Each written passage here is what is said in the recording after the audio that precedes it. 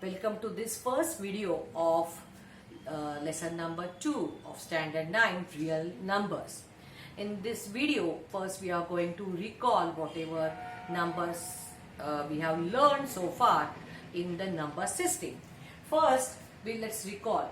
I have written some sets on the board which we have studied so far, and the first set we have studied is a set of natural numbers which is denoted by the letter N. It starts with 1, 2, 3, 4 and dot dot dot. It means it is infinite. Why only this 1, 2, 3? Because these numbers man started this using for the counting. These numbers are also called as counting numbers. We start the counting with object 1. First object, I have 1 chalk, 2 chalk, 3 chalks and so on. So these numbers are starting with 1, 2, 3, 4 and there is infinite numbers we can have. How many stars are in the universe? They are infinite. Okay. So first, smallest natural number is 1, but we cannot say the largest natural number. Now, when the set of natural numbers is added with the zero concept, which is discovered later on to express nothing, I have nothing with me, express to 0, and when we get 0 we call it as a set of whole numbers. Then when mathematics was progressing and we required the numbers with sign, symbolic numbers, starting with 0 and positive number, right on the right side of the origin, which are called as positive numbers, and left side is negative. So 0, all the natural numbers and the opposites of natural numbers is called as integers. So 1 is on the right side and minus 1 on the left. These two are the opposite numbers of each other. Now what is the opposite of 2? It is minus 2. What is the opposite of 3? It is minus 3 and so on. So these are the all these set we can call it as integers. Okay. So in short, integers means 0, all natural numbers and opposite of natural numbers. Together we call them as integers. Till now we are talking about the whole numbers. Okay. Now we cannot express that which is the smallest integer, because as we go on to the left side, the numbers are decreasing. Its value is decreasing, and when we go up to the right, the value is increasing. Here also we have infinite integers, negative side, and right side also we have positive natural numbers or positive integers which are infinite. So we cannot tell which is the smallest integer and which is the biggest integer. Now let's come to the set of rational numbers. Now till first 3 sets we have used the first letters to denote the set. N means natural, W means whole, and I means integer. But here for rational numbers we are not using R to represent the set. It is represented by the letter Q. The reason is, after we will learn more about rational numbers and the numbers which are not rational, which are called as irrational, but they exist, they are reality. So together they called as a real number. So after this set, there is a set called set of real numbers. Okay. So set of real numbers is denoted with the letter R, which is combination of, it is union of rational and irrational.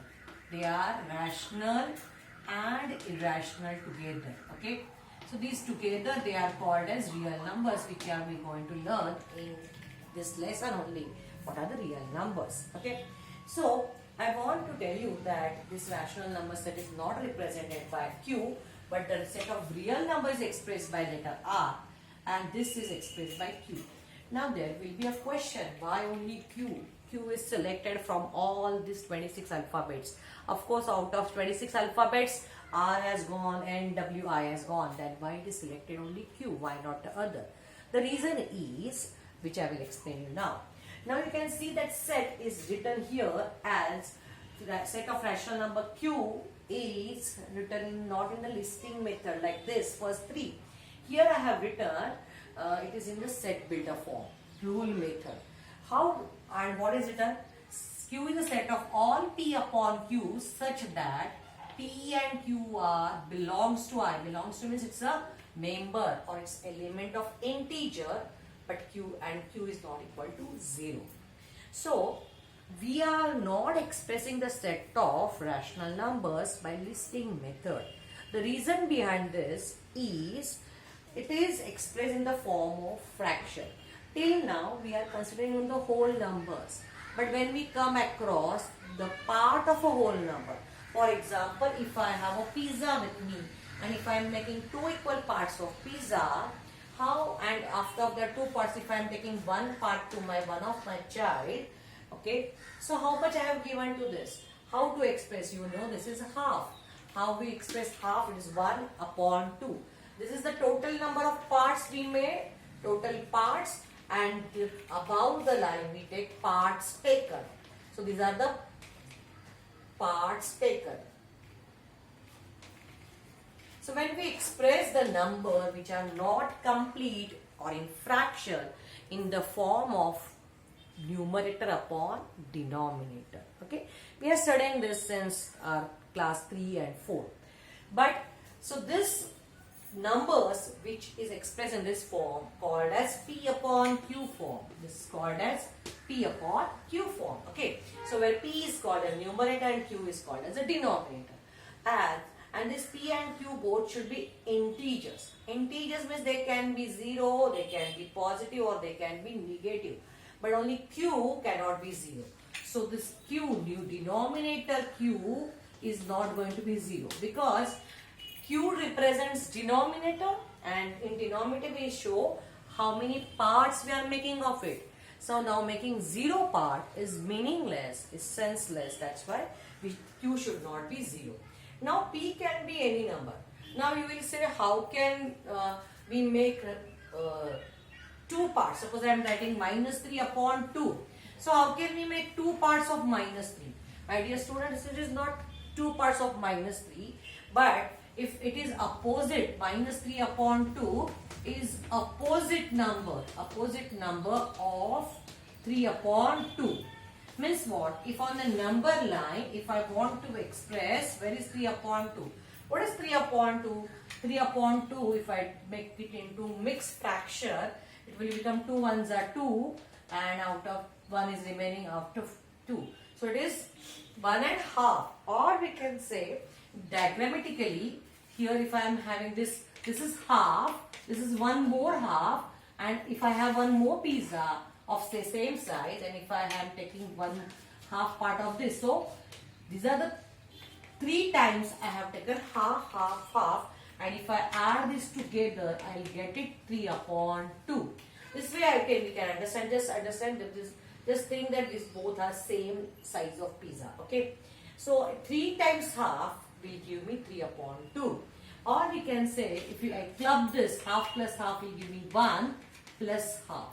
So 1 and half. So 3 upon 2 we can say is 1 and half. So 1 complete pizza and half of it.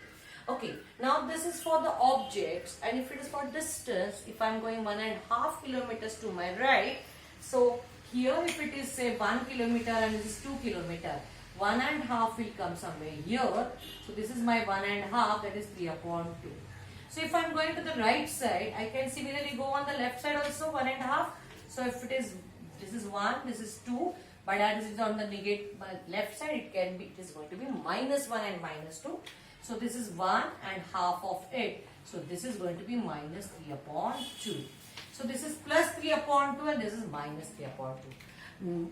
Negative numbers are not used for the objects to count. It is show the distance from the origin to the left of the origin. Okay.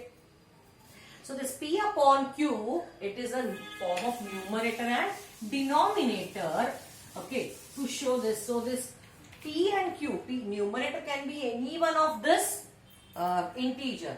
Numerator can be any one. So it can be +5, -7, it can be 0, it can be 3, whatever. And denominator can be any positive or negative, but not 0. So it can be -3, -2, 4, 7, like that. This will be the examples of your rational numbers. Okay. So all these are rational numbers. Even if it is say 4 upon 1, which equals to actually 4, this is also a rational number, where P, that is numerator, is integer and denominator is also integer. So even a complete number can be expressed in the form of P upon Q. So these are the way to express the rational numbers. So all integers, here we include, in short, all integers and fractions. Together we get the set of rational numbers.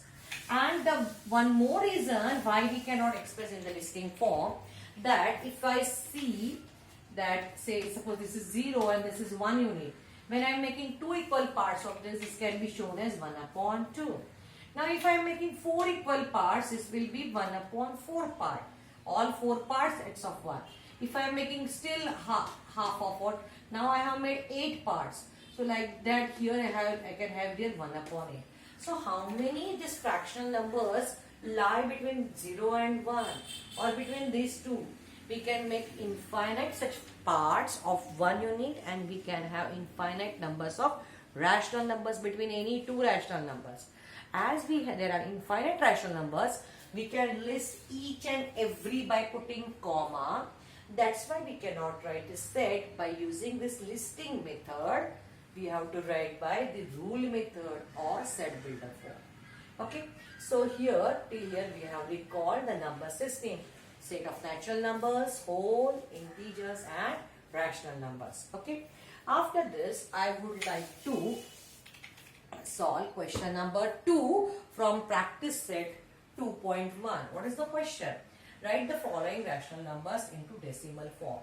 Okay. So rational numbers, one way we have seen, we have written in the form of P upon Q, that is numerator upon denominator form. So the rational numbers, either we can write into vulgar fraction form, that is P upon Q form, or we can write decimal fraction form. So how to that? Even that you have studied before. We are going to just recall how to do it. So when it is this form P upon Q, any number can be in the denominator, and preferably we write the positive number in the denominator. Suppose the number is say minus 3 upon minus 5, we will write it as 3 upon 5. Okay, because this is going to be equivalent of that. So making 5 parts of 3 is equivalent to, because there is no such concept that we are making minus 5 parts of minus 3. Okay, so we write this Q as far as possible as positive integer. Okay, now how can we write this using decimal fractions? Now suppose this is 3 upon 5. To convert into decimal, we need denominator should be 1 and 0 on it. Means it can be 10, 100, 1000 and so on. Okay. So the simple way, if it is 3, if this I multiply by 2, I can get it 3 2s are 6 and 5 2s are 10. And now if I want to make it in decimal, it is, it is 0.6. Okay. So if the denominator is such that it is multiple of, I can multiply by any number and get it converted into 10 or 100 or 1000, you can do it in easy way. And if it is not, then you have to divide. Suppose it is say 3 upon say 8, or say 3 upon, if I take say number 7. Now 7 you cannot multiply by any number and you cannot get it into 10 or 100. And you have to divide the 3 by 7, and whatever you get it, you have to write it. So this is the way to write the following rational numbers into decimal forms. Okay, so let's see how to do the first one.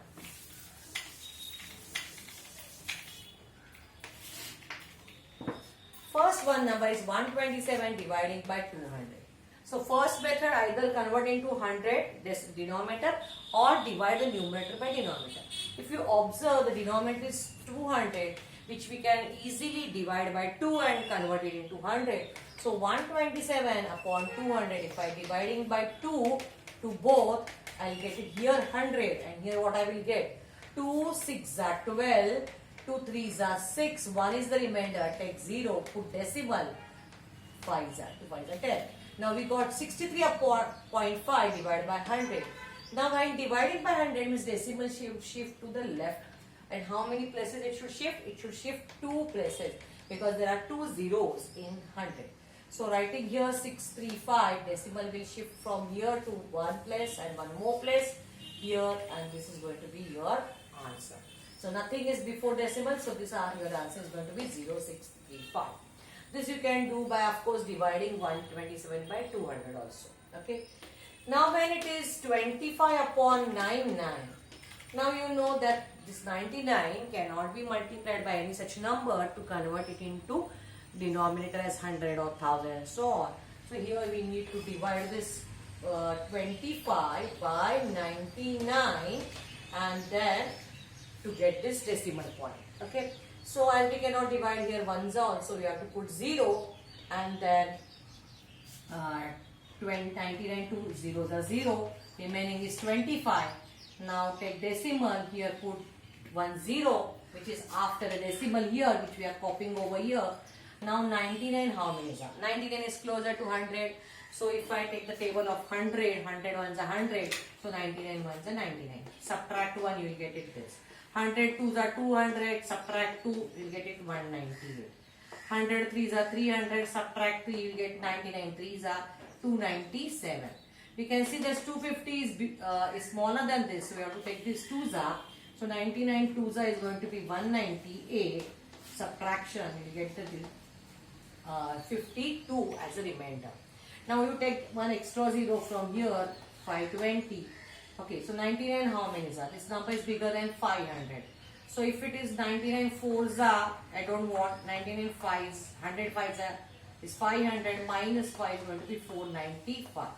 So 99 5s are 495. I can take it here and then subtraction. So 20 plus 5 is going to be 25. Okay, now here again I got the remainder 25. So if I take again 0 here, it will become 250. Again I have to do 99 2s are, then again remainder 52. This process will go on and on. So here we say that division process doesn't end, it doesn't terminate, and it is, so we call it as recurring. So we get the answer of this, that 25 upon 99 as 0.25, 25, 25, like that we are going to get it again and again.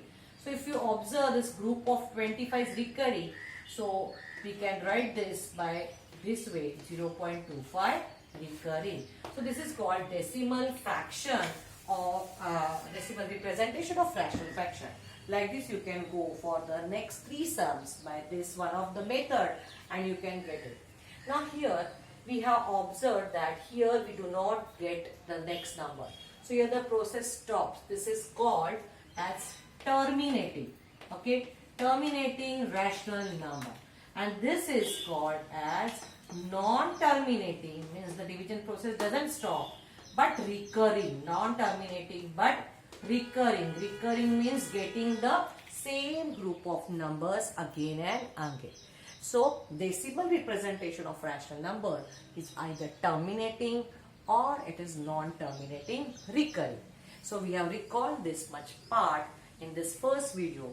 In the next video we will see without division or without doing this, can we find it is whether the given rational number is terminating or non-terminating recurring. How, that we will see in the next video. If you all like this video, please don't forget to like, and if you are not yet subscribed the channel, please subscribe. Thank you.